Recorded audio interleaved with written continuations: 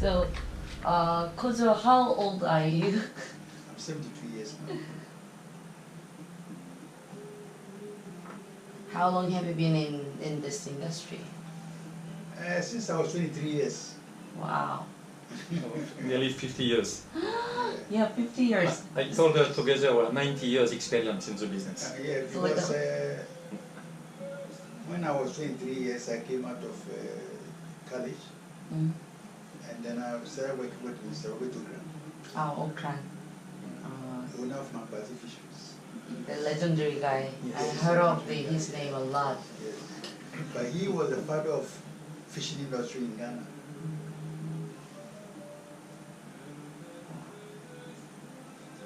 So it means like 50 years ago. So it means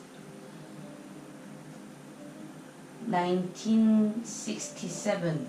You were Yes, starting to. I was employed in 1st November 1967. Wow. Worked with Mr. Graham. So that As a young time, boy of 23 years. since 1967. Yes. So at that time, Mr. Okran was already set up his Mr. business. Graham was into trolling. Trolling. Yes, he was into trolling. And he had inshore boats, you know, canoes and inshore boats, motorized inshore boats.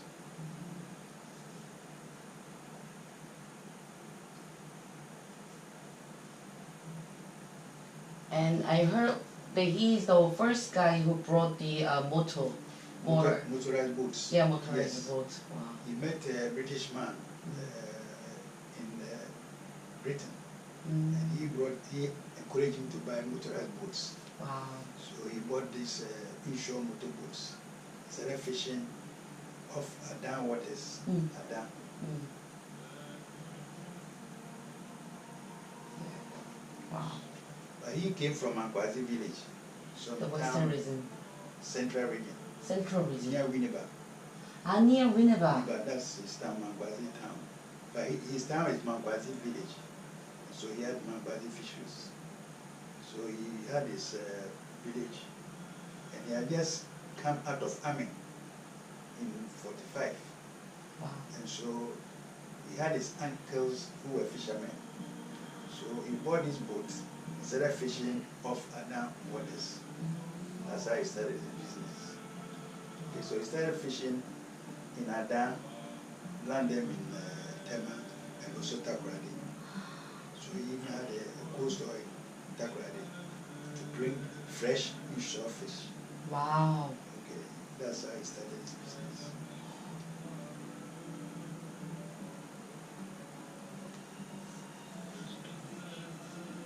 And that was very interesting when I went to Mankwazi cold store, like a big madam such as Madame Sophia. Okay, And Sophia is a young lady who was, okay, she was employed in Mankwazi. And Miss Okran's nephew is married to Sophia. So whole family. There's a Whole family. You know, so Sophia has been, he was a sales girl in the cold store. Yeah. Then she left and started buying and selling Wow. fish. And there's another lady like Lucy, and then everybody said they're all from the same area. Lucy is my sister. Your sister. My sister. That's why I heard it. Like Lucy's big brother is like a former TTV people. Like, so everybody was asking, did you ever met him? Like, I heard of it, but I don't know who he is. But I finally met him because even yesterday I saw Madame Lucy as well. Lucy is my inner sister. Your sister. My inner sister. It's a small world. Wow. But she was in the, all of them were sales girls in the group. And then we just restructured the company and they started buying and selling tuna. Yeah. But the tuna fishing started later. Yeah. So Mr. Okra was into trolling. Okay, trolling with inshore boats. Then he met this British man who introduced him to trolling. Then he met this man.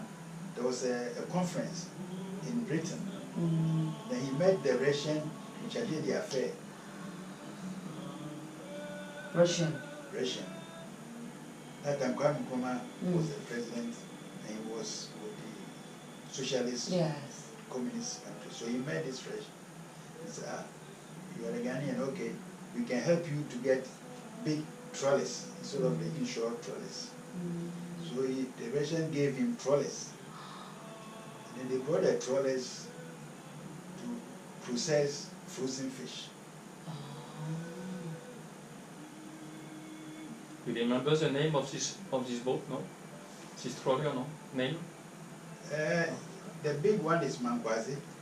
Then he had about Mango, Mangwazi, Chirawe, and Naka. There are a lot of this way. So at that time, how many boats he has it? He had a lot of boats because we had about 6 boats from the Russians with Russian crew. With the Russian crew? Yes, Wow. so the Russians brought the boats and they had Russian crew who manned the Russian vessels. So Ghanaians were only sailors. But then he also had this British man who encouraged him to employ a British mariner to train Ghanaians into fishing, train them in seafaring, like navigators, engineers, ref engineers and all that. So we had an in-service training school, Mangwazi had to train Ghanaians. So Mangwazi also ran the training school? Yes. And it was being managed by this British man, Captain Bettis. So the school was in Tema? In Tema, yes. Because we have in-service training school in Tema because we had a workshop. Apart from the Russians bringing the vessels, they also brought automobile cars. So we had a Mangwazi, we had a Volga engineering. Volga engineering. Because the Russians did so many things with Mangwazi. They were bringing vehicles, and we also built Mangwazi engineering workshop. Okay, so they built the workshop, Mangwazi engineering workshop. They built Mangwazi coal store, which you saw. Yeah. And there was another coal store, which was new coal store, a bigger one, about 10,000 ton capacity. 10,000 ton capacity coal store. Wow. So Mangwazi had these 2 coal stores, the old one, when you saw, and the new one, which was in Fishing Harbour. And then later on, with time, PFC took over the coal store. One in the Fishing Harbour? Yes, the Fishing Harbour Mangwazi. So that's so his access to Pioneer Food Country. So that building is part of PFC coal store.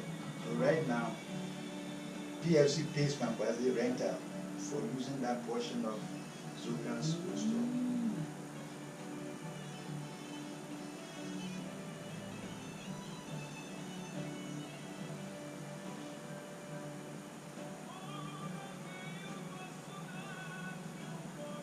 So currently Mangwazi only have the coal store.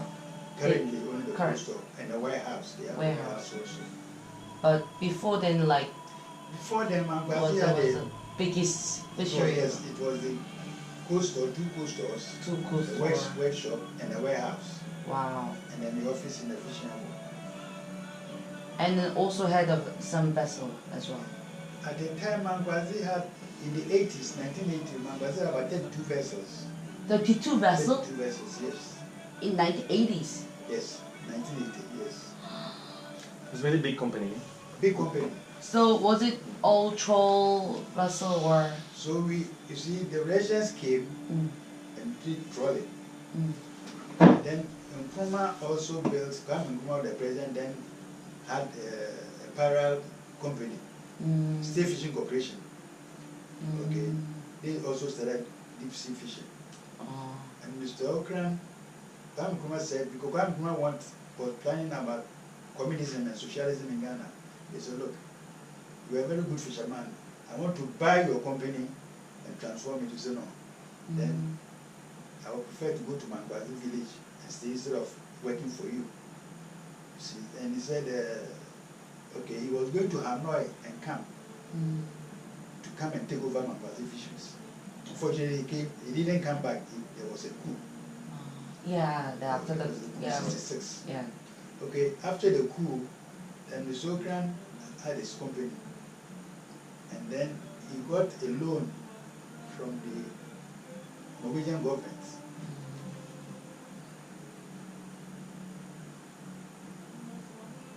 to buy ships from Norway. They were all trawlers from Norway. So we had a swimming, Nakwa, Tropic, and all that. So Mangbazi became big. And then in 1972, Starkis approached Mr. Okran. 72. He approached Mr. Okran that they want to go into trawling in the Gulf. Wow. So they approached Mr. Okran, and Mr. Okran had Mr. Hammond, who was then the commercial manager of Mangbazi. Mr. Hammond, so we are. David Hammond, Yeah. yes. Number Mr. 3 Hammond. important people. Mr. Hammond had just come out of the fisheries department. Fishery Fisheries department. department. And so Mr. Okran employed him as his commercial manager to help him develop the industry. So when Starkis approached Mr. Okran, Starkis was then coming to look for tuna in the West Coast. So they teamed up with Mr. Okran, Teamed up. and then they brought tuna vessels, 3 tuna vessels. You remember it was Gold Coast? That was before. Gold Coast was big. No, Yes. this what you are saying is before Gold Coast. After Gold Coast. No, they, but brought, they brought 3 smaller tuna vessels. Holland lines. No, the yeah, ring. hooking, Hooking. Yeah. Holland line. self-reliance, truth, okay. and that I can get you the third one. 3 vessels they brought. 3 vessels. Self-reliance, truth, and some other vessel with the American captain using local people who were.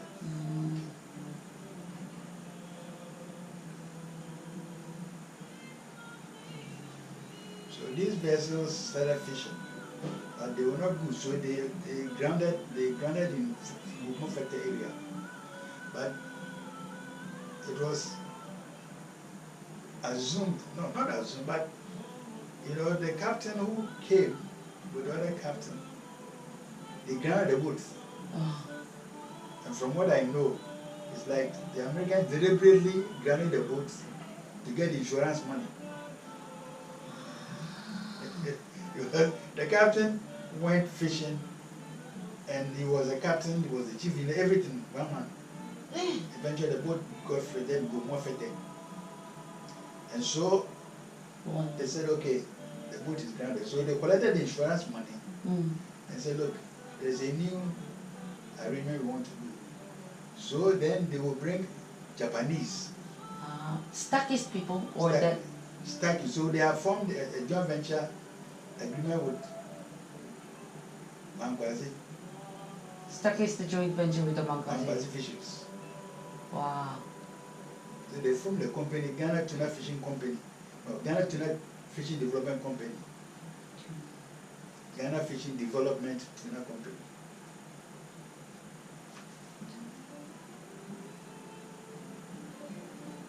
Wow. Long name. You see, so Starkist had this joint venture agreement for Petrogram. And then they said, okay, they will bring pull and eye vessels from Japan. From Japan. They did, and manned by Japanese. But they were Japanese officers by Ghanaian crew.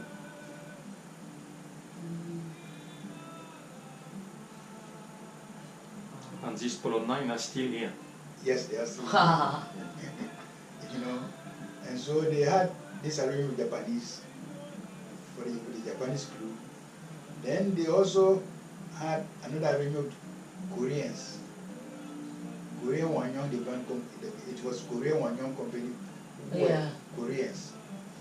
So they had this joint venture with Mr. Okran, with the Japanese, another agreement with the Koreans, with Korean officers. So there were two companies, Ghana Tuna and the Pioneer Tuna. Pioneer Tuna. Tuna, yes, Pioneer Tuna Development Company.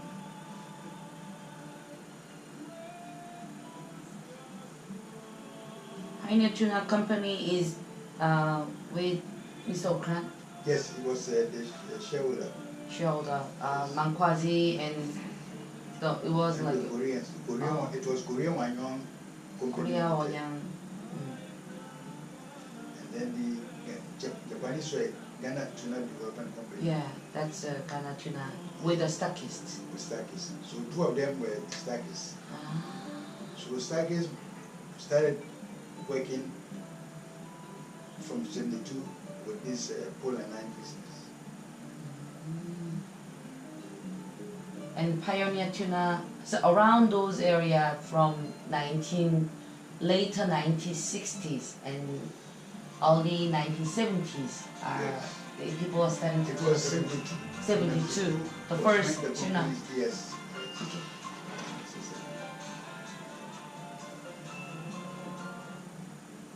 Hello. Come here because it will be around your eye.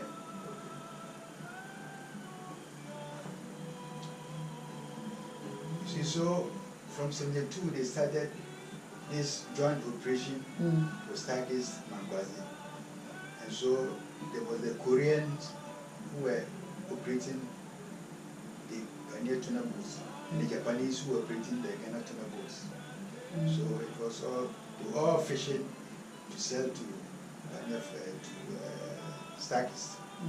At that time, Starkist did not have a cannery. We were catching all these fish and transshipping from Abidjan to Puerto Rico, Maya West. It's descending to US. To US, Maya West. Because Pioneer Food Cannery, Starkist had a big factory in Maya West, about 3,000 ton capacity.